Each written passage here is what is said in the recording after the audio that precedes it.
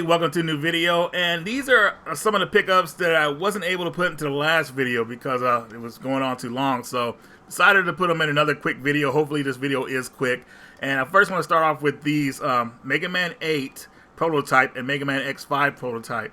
Now these were hooked up by my buddy Kyle. He found out about these and thought I should have these. And basically, you guys know I'm a pretty strong Mega Man fan. I had no idea something like this existed. So I'm gonna start with Mega Man 8. Mega Man 8, pretty much, I noticed that this one had a lot of changes in the final version. So I'm gonna start off with Tengu Man's level. His level was actually in the city at nighttime and it had a lot of snow in it. It actually looks pretty cool from the final version of the game, where you're pretty much in the sky. Still a bit more of a platform level, which is pretty cool, but as you're seeing this is a lot of the stuff that didn't make it into the final game, so I thought that was really cool. And when you open this up, you have 2 discs in here. I'm not sure what the second disc is for yet. That might be just a copy of the original game, but these games will play on modded consoles. So just to let you guys know, you gotta have a console that plays modded, well, just copied games pretty much. Next up is Mega Man X5. This was actually supposed to be the last Mega Man X game in the series years ago, but Capcom decided to make it go on. And I didn't really notice, well, I did notice a lot of stuff, but in this version I noticed a lot of unfinished stuff pretty much. So lots of levels didn't have their backgrounds and stuff like that, but some of the weapons from Mega Man X4 were actually put into this version. Maybe just to test out stuff, I'm not really sure, but this one seemed to have a lot of cool ideas, and one of the main things I liked about playing this prototype was that you didn't have a lot of disturbance like you did in the original game, with a dialogue interrupting the action. When you're about to make a jump, all of a sudden it'll pause and dialogue will pop up. That was a big killer in Mega Man X5 for me, even though it's a solid game. But anyways, guys, these are pretty cool. Definitely check these out if you're a Mega Man fan.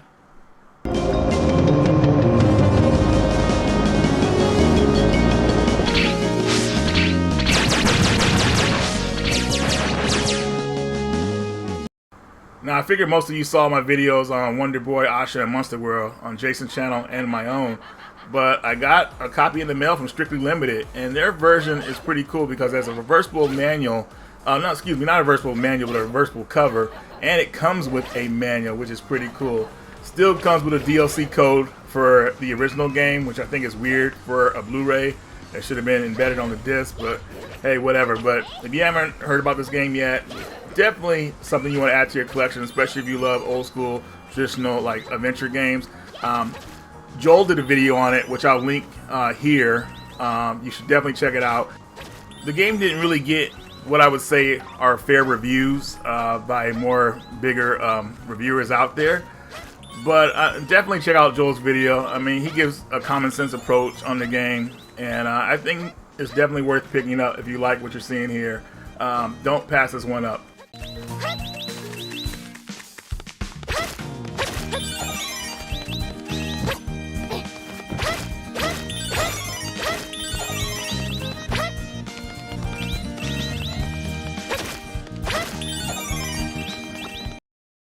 Next up, we have Divinity Original Sin Part 2. This is a multiplayer RPG with a pretty crazy story from what I hear. I just got this, so I haven't really played much of it yet, but I wanted to include it in this video. Pretty much want to ask you guys in the comments what you guys think about this one.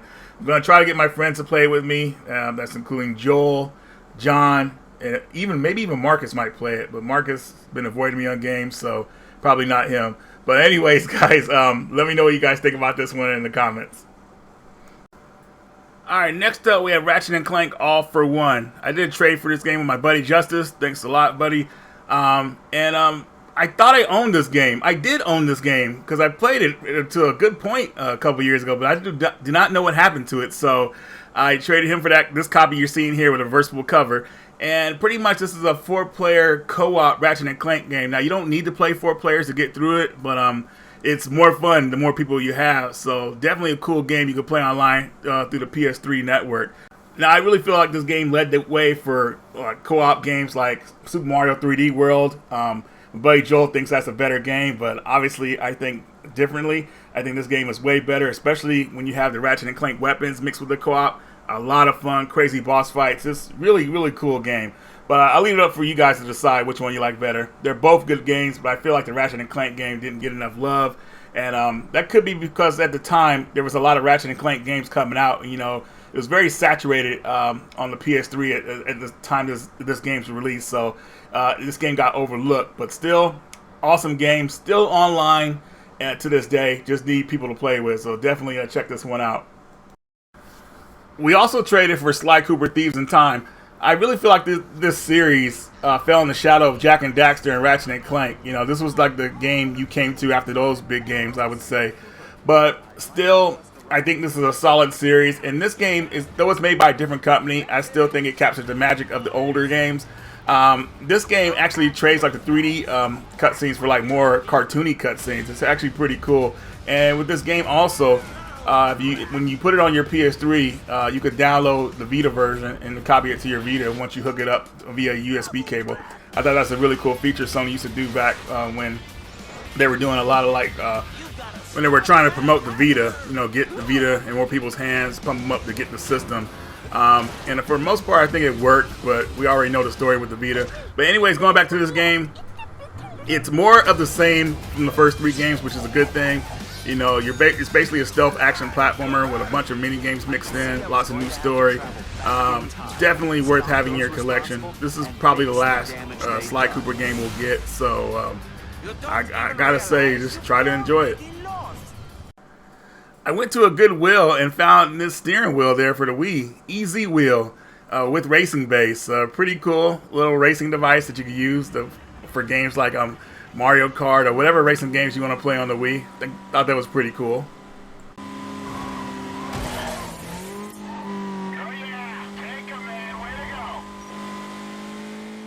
I recently got a portable vinyl record player. I had a record player back in the day, but it messed up on me. I tried to fix it, and I ended up with spare parts. So, yeah, that one's done. But this one is awesome. As you can see here, showing you guys insides and all that good stuff. I'm very excited to have this because I have quite a few records that I could play on this thing, and I'll probably start a small collection of some of the ones I really like. So here's some of my Evoland soundtrack. These will probably be the first ones I pop in the system. Or I might even put in the classic HR Nightmare by M. Leota. But yeah, this is a rare album that you guys probably haven't heard of. But I want to say thanks to Marshall for the hookup on this thing. Really appreciate you, bro. Good looking out on this one. Next up, we have Volgarr, the Viking. This game came out years ago, I believe, and I'm not sure if the physical release just came out for the Dreamcast, but either way, it's still pretty cool. This is one of those hard platform games where you get punished if you make mistakes. I believe this is for the hardcore experts. If you're like a Ghouls and Ghosts fan, you'll definitely know what to expect here. What I typically hate about these type of games is that the knockback, you know, the knock you in the pits and stuff like that. But other than that, though, these games are a lot of fun, and I think it's still cool that games like this are still being made for an old-school system like the Dreamcast. Seriously, guys, the Dreamcast is one of those systems that's just so amazing. It's like the Vita and the Dreamcast are just amazing systems that didn't really live to their potential, but still, people are still supporting them to this day, and I feel like that's awesome. So if you like what you're seeing here with this game, definitely check this one out.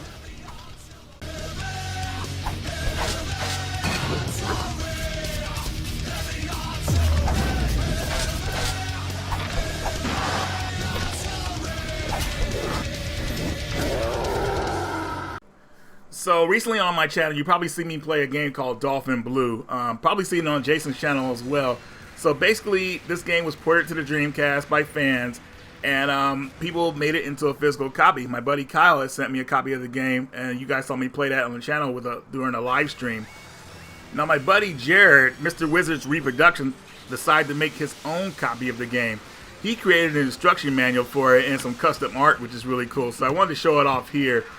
Now, a lot of people have been asking me, hey, Reggie, how can I get a copy of this game?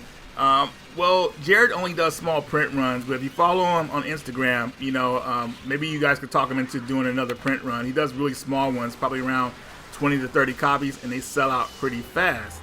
But you can also burn this game for yourself if you know how to do it. You know, I think it goes through Disc Juggler or something like that. Forgot what it was called. It's been years since I burned the Dreamcast game.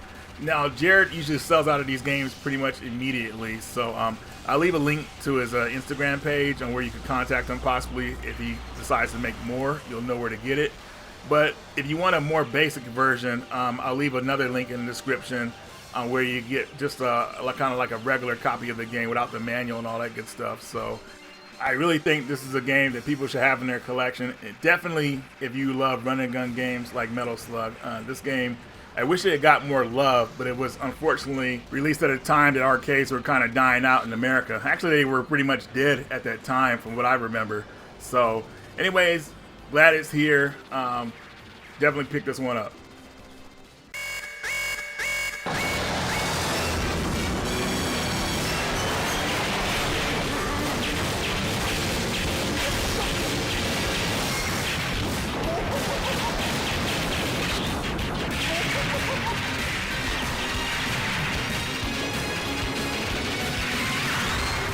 And last but not least, we have a copy of Rggies Radical Adventures for the Sega Dreamcast. A dream come true. So Jared, I guess, decided to port this game to the Dreamcast. I guess he was like, man, you know what? Let's see if we can put this on Dreamcast. Got it done. Made some really nice copies of the game. And as you can see here, he sent me a copy. So basically, you have the game in here, the case, and all that good stuff. And he also had created a manual for it, which is really cool. So definitely really looks authentic. Jared did a really good job making this. Appreciate you, bro. And yeah, that's pretty much all I got in this video, guys. So I don't know if Jared will be making any more of these. Obviously, you guys can follow him on Instagram, Mr. Wizards Reproductions, and see when he will make some more, possibly, if he decides to do so. It will definitely be a claim sale. So like I said, check him out on his Instagram if he possibly will make more of these. And that's all I got in this video, guys. Sorry I had to rush this one. I'm really excited for the fight tonight. We are watching Conor McGregor versus Dustin Poirier. The trilogy is happening. You guys already know who I want to win, so hopefully that'll happen. I'll be in a good mood if my guy wins. If not, you'll see me depressed for like a couple hours. But anyways, guys, thanks for watching. Radical Reggie, and I will see you all later.